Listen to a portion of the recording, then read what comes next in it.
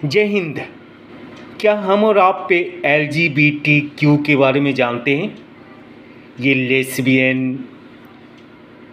गे, bisexual, transgender, क्यूएर, इन terminology को आप समझते हैं? क्योंकि इस प्रकार की टर्मिनोलॉजी का प्रयोग करने वाले लोगों की संख्या 10 करोड़ से भी ज़्यादा है। कहते हैं कि भारत की 140 करोड़ से ज़्यादा आबादी वाले इस मुल्क में 10 करोड़ से भी ज़्यादा क्यूएर लोगों की संख्या है। क्यूएर उन लोगों को कहते हैं जो ट्रांसजेंडर हो सकते हैं, लेस्बियन हो सकते हैं, गे हो सकते हैं, बाइसेक्सुअल हो सकते हैं, जो अपने ही सेक्स में विवाह करने के इच्छुक हैं, जो अपने ही लिंग में विवाह करने के इच्छुक हैं, जिनके लिए हेटेरोसेक्स की कोई आवश्यकता नहीं है, वो समलैंगिक हैं, होमोसेक्सुअल हैं। एक लड़का और एक लड़का जब विवाह करने का इच्छुक हो तो आप उसे होमोसेक्सुअल कहते हैं। उस होमोसेक्सुअल में बॉयज़ को आप गे कहते हैं, लड़कियों को आप लेस्बियन के नाम से जानते हैं। उभयलिंगी उनको आप कहते हैं बाइसेक्सुअल, जो दोनों ही प्रकार के सेक्स के साथ अपने आप को बैलेंस मानते हैं, संतुष्ट मानते हैं। और थर्ड जेंडर या ट्रांसजेंडर, जिसके अंदर मेल और फीमेल दोनों की कैरेक्टर की बात की जाती है। तो आज इस समाज में इन शब्दों का बहुतायत प्रयोग हो रही है, धड़ल्ले से प्रयोग हो रही है। आप पे न केवल शहरी क्षेत्रों में बल्कि ग्रामीण पृष्ठभूमि में भी आप पे बाइसेक्सुअल, गे, लेस्बियन और ट्रांसजेंडर का नाम सुन पाते हैं, देख पाते हैं। ये वे समुदाय हैं जिसे आज सुप्रीम कोर्ट ने, आप देखेंगे, LGBTQ के माध्यम से लोगों के सामने रखने का प्रयास किया। LGBTQ आप इससे संपूर्ण समुदाय को, जो होमोसेक्स की बात करते हैं, जो बाइसेक्सुअल की बात करते हैं और समाज में अपने लिए अधिकारों की प्राप्ति का हर संभव प्रयास कर रहे हैं। इनका ये मानना है कि ये समाज के वे लोग हैं जो समाज में अपनी इच्छाओं के साथ जीना चाहते हैं। वो इच्छाएं प्राकृतिक को चैलेंज दे रही है, नेचर को चैलेंज दे रही है, नेचर को डिस्ट्रॉय कर रही है।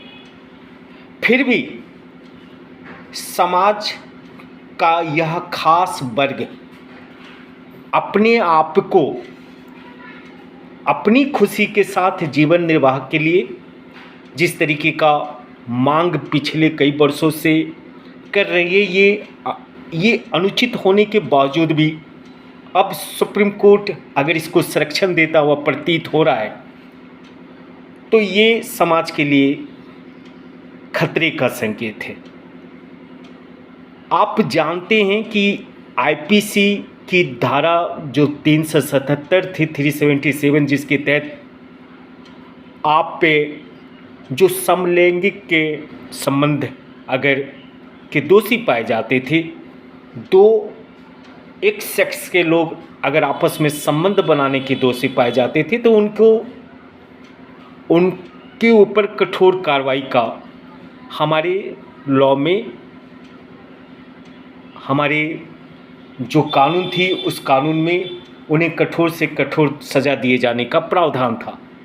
लेकिन 6 सितंबर 2018 को IPC 377 धारा को समाप्त करते हुए 377 के अंतर्गत इन्हें अपराध की श्रेणी से बाहर कर दिया गया। यानी समलैंगिक संबंध को भी सुप्रीम कोर्ट ने एक कानूनी मान्यता दे दिया। और 2018 के बाद जब इसे कानूनी मान्यता प्राप्त हो गई तो अब ये खुलकर के समाज के सामने अपने पक्ष को रखने लगे। और वे लोग भी जो कानून के डर से खुद को इस पर वोकल नहीं थे, अपनी आवाज़ के साथ समाज में नहीं उपस्थिति दर्ज करवाना चाहते थे, वे भी अब खुलकर के समाज के इस विभत्स अधिकार की प्राप्ति के साथ आगे बढ़ना चाह रहे, तो क्या ये समाज के लिए संतुलन की स्थिति होगी? सुप्रीम कोर्ट के चीफ जज महोदय ने आज सुप्रीम कोर्ट में जो जजमेंट दी, उसमें उन्होंने कहा कि स्पेशल मैरिज एक्ट जो 1954 ईस्वी से भारत में लागू है, उस स्पेशल मैरिज एक्ट में समलैंगिक विवाह को कानूनी मान्यता देना ये विधायिका का कार्य है। विधायिका को ये निर्णय लेनी चाहिए, सरकार को ये सोचनी चाहिए कि समलैंगिक लोगों को वे सारे अधिकारों की प्राप्ति हो पाए जो एक आम विवाह में लोगों को प्राप्त होती है।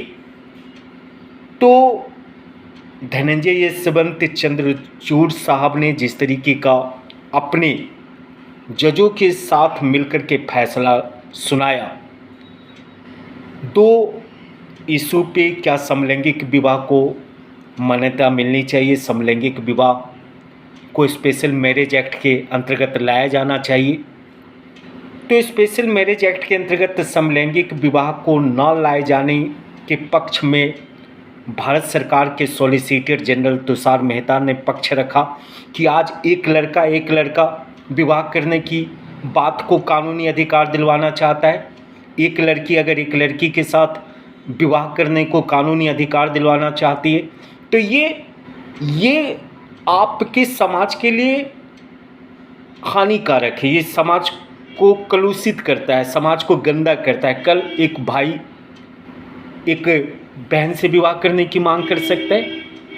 समाज में जो एक भाई से विवाह करने की मांग कर सकता है। आप उन अधिकारों को समाज में नहीं आरोपित कर सकते जिन अधिकारों के बाद समाज में विस्फोट की स्थिति उत्पन्न हो जाए और प्राकृतिक के रूप से निर्मित सभी चीज़ें विध्वस्त हो जाए।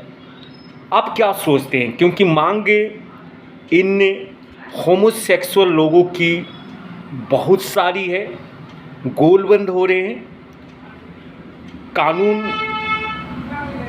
कानून कभी भी आपको कानून जिस तरीके के अधिकार देने की बात कर रहा है, कोर्ट हमारे जिस तरीके से इन होमोसेक्सुअल लोगों के पक्ष में खड़ा होने की कोशिश कर रहा है, ये अनुचित प्रतीत होता है। और कोर्ट से ये गुजारिश की जाती है कि इस तरीके की कोई निर्णय न ले। समलैंगिक लोगों के द्वारा गोद लिए जाने की बात की जा रही है। उनका ये कहना है कि हम आम लोगों की तरह गोद लिए बच्चों का पालन पोषण कर सकते हैं। तो कानून कहती है, सुप्रीम कोर्ट आज ये जजमेंट देती है कि हाँ, उनके पास भी वो अधिकार मिलनी चाहिए, वो गोद ले सकते हैं, समलैंगिक विवाह कर सकते हैं। और समलैंगिक विवाह को स्पेशल मैरिज एक्ट में लाया जाना चाहिए और ये विधायिका यह कर सकती है, सरकार को ये करना चाहिए। क्योंकि अगर ये ऐसा नहीं करती है तो वो लोगों के प्राप्त मौलिक अधिकार का उल्लंघन करती है। आप क्या सोचते हैं? क्या समलैंगिक विवाह को मान्यता दिए जाने की बातें जो सुप्रीम कोर्ट के द्वारा की जा रही है और ये कहा जा रहा है कि समलैंगिक विवाह लोगों के मौलिक अधिकार का हिस्सा है, आप अगर इस बात से इत्तेफाक रखते हैं तो आप पक्ष में, या अगर आपको मेरे तरीके से लगता है कि प्राकृतिक असंतुलन का कारण बनेगा तो आप इसके खिलाफ कमेंट कर सकते हैं। जय हिंद।